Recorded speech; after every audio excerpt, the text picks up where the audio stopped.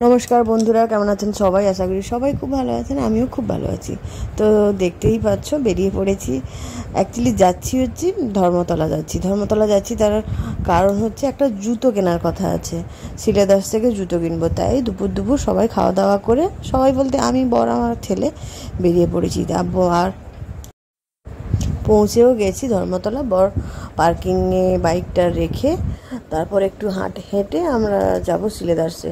তো দেখো এই সাইডেই রেখেছে বাইকটা, আর অপোজিট সাইডেই আমরা যাব। তো ধর্মতলা এলে শপিং টুকিটাকি না করলে সত্যি আমাদের, বিশেষ করে মেয়েদের, মন ভরে না। ধর্মতলা হচ্ছে শপিংয়ের জায়গা। ওখানে গেলেই মানে কেনার পর কেনা, কিনতে খুব খুব খুব ইচ্ছে করে, খালি হাতে আসতে ভালো লাগে না। আমার ইচ্ছে ছিল অনেক কিছু নেওয়ার, বাট জুতোই কিনেছি। দেখো সিলেদার্সে ঢুকে গেছি, বাট সিলেদার্সে অনেক রকম জুতো দেখলাম, মানে খুব একটা ভালো লাগলো না জুতোগুলো স্টাইল। প্রায় আমি পরেও নিয়েছি।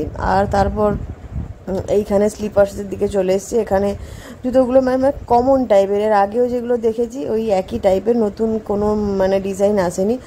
আর ওখান থেকে কোনো রকম একটা জুতো পছন্দ করে তারপর ওখান থেকে মানে বিলিং সব করে তারপর চলে এলাম খাওয়ার জায়গায় খেতে। এখানে হচ্ছে ফল খাবে বর, আর আমার বর হচ্ছে ধর্মতলা এলেই ফল খায়।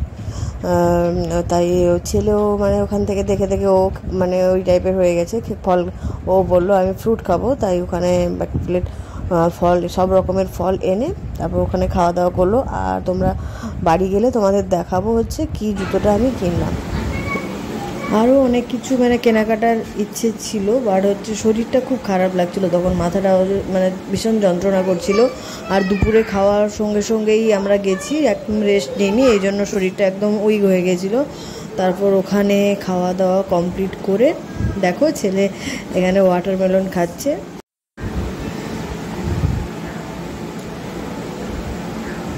কেমন খাচ্ছে দেখো ওয়াটারমেলন। তারপর ওখান থেকে খাওয়া দাওয়া ওখানে শেষ করে ওখান থেকে বেরিয়ে চলে এসেছি দেখো বাইকের কাছে। আমার চোখ মুখ দেখেই বুঝতে পারছো মানে কেমন বাজে লাগছে দেখতে। অ্যাকচুয়ালি হচ্ছে ঘুমাইনি বলে আমার মানে কেমন লাগছিলো, মাথা ব্যথা যন্ত্রণা করছিল, আর ভিডিও করারও কোনো এনার্জি ছিল না। এখানে ছেলে হচ্ছে প্লে করছে। তারপর ওখান থেকে আসার পথে মানে ছেলে খুব বায়না করছিল জুতে যাবে।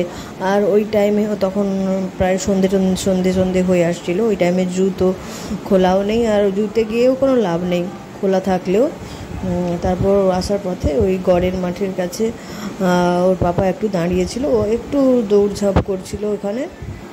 তারপর ও নিজে থেকেই বললো ব্যাস আর খেলবো না, খেলা আমার হয়ে গেছে। তারপর ওকে নিয়ে ঘরে চলে এলাম। তো তোমরা কন্টিনিউ ভিডিওটি দেখতে থাকো, আর লাস্টে হচ্ছে কি জুতোটা কিনেছি তোমাদের আমি দেখাবো। তো চলো, ভিডিওটি ভালো লাগলে অতি অবশ্যই লাইক, শেয়ার, সাবস্ক্রাইব করো। তো চলো তোমরা কন্টিনিউ কিন্তু ভিডিওটি দেখতে থাকো।